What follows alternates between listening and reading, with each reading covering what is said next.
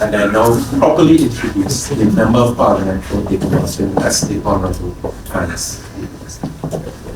Thank you very much, Senator Dr. the Honorable Jereem Brown, Leader of Opposition Business in the Senate. I also acknowledge Chief Whip and MP for Aruca Lufino, Marvin Gonzalez.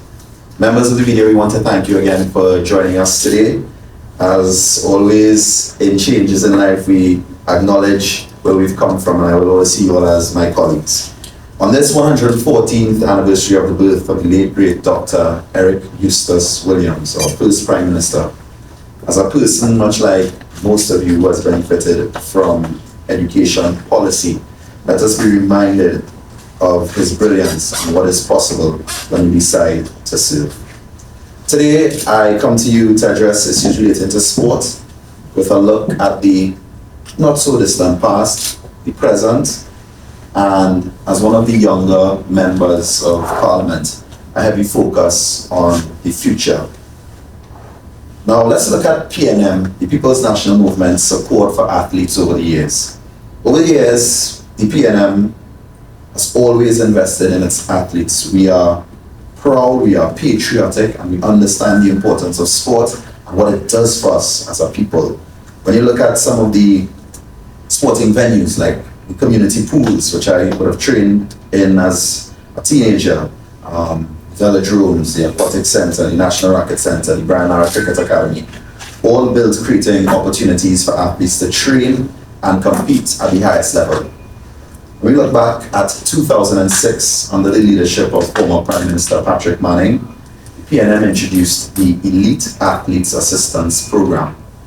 This initiative was designed to support athletes financially as they prepared for and competed in international tournaments.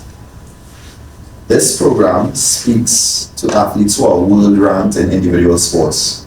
Those athletes who medal at Olympic Games, World Championships, Commonwealth Games, Senior Pan American Games, and Senior Central American and Caribbean Games. Funding was allocated and continues to be allocated under the following categories. Athletes ranked in the world top 10 positions will qualify for the maximum sum allocation of $250,000. Athletes ranked in the world top 11 to 40 positions will benefit for up to $187,500, 75% of the maximum sum. And back then, athletes who medal in the specific games and championships would have benefited on a case-by-case basis from up to $75,000.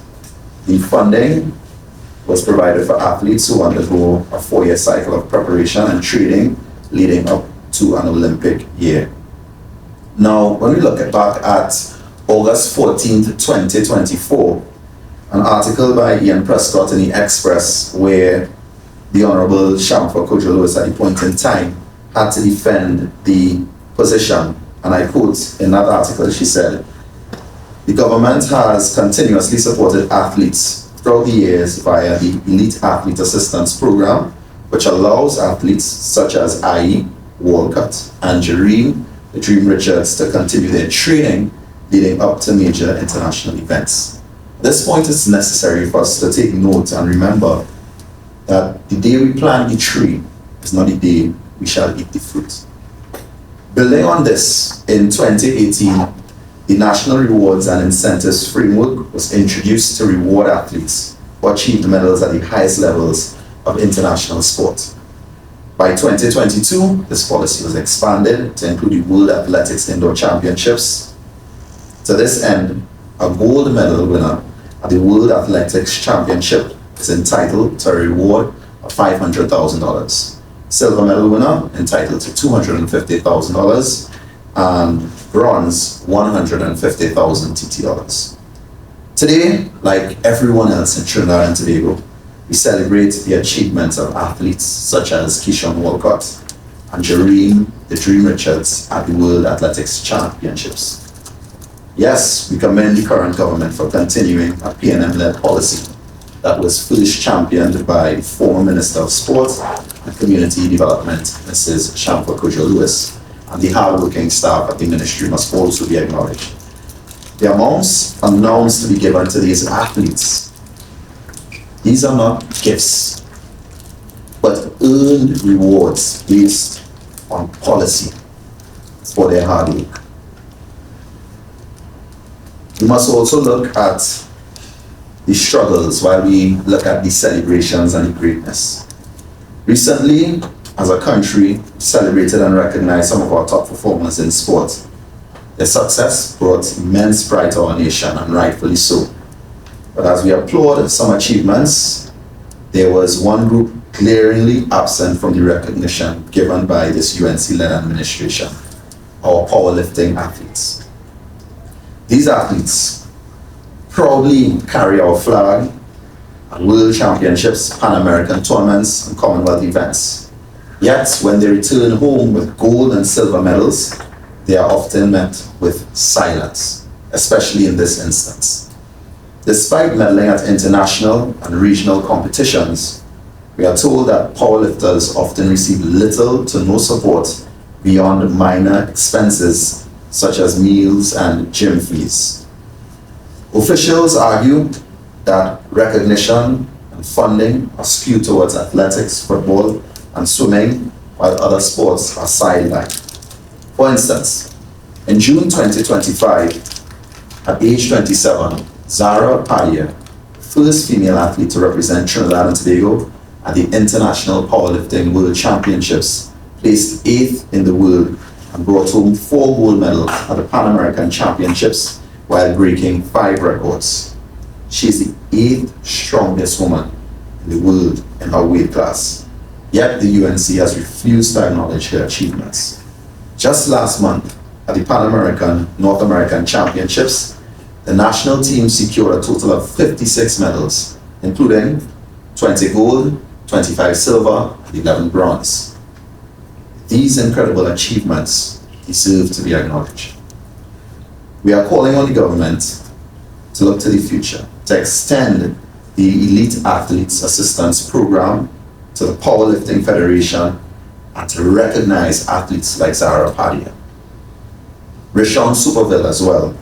At the Junior World Championships in Costa Rica, he placed 5th overall in the world and brought home a silver medal for his stellar performance.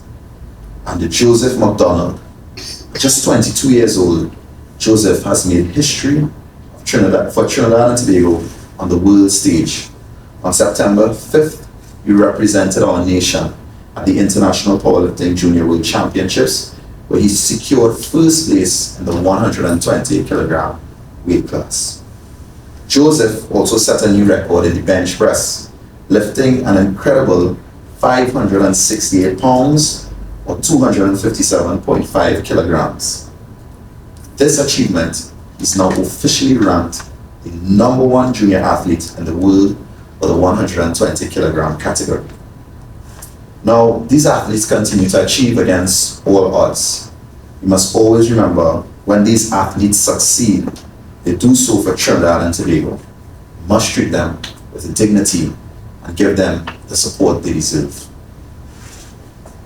I also call on the government to work with the Trinidad and Tobago Hockey Board to resolve the current embargo placed on them due to the fiasco that happened a couple of months ago, where they were unable to attend Pan Am, and also work with them in resolving the fines to the Pan Am Hockey Federation.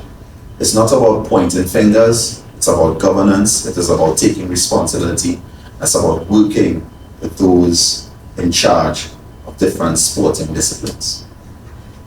This is also an important time to note the upcoming World Para-Athletics Championships in New Delhi that begin this weekend, where our delegation includes Akeem Stewart, who has held the world titles in the F43 shot put, javelin, and discus.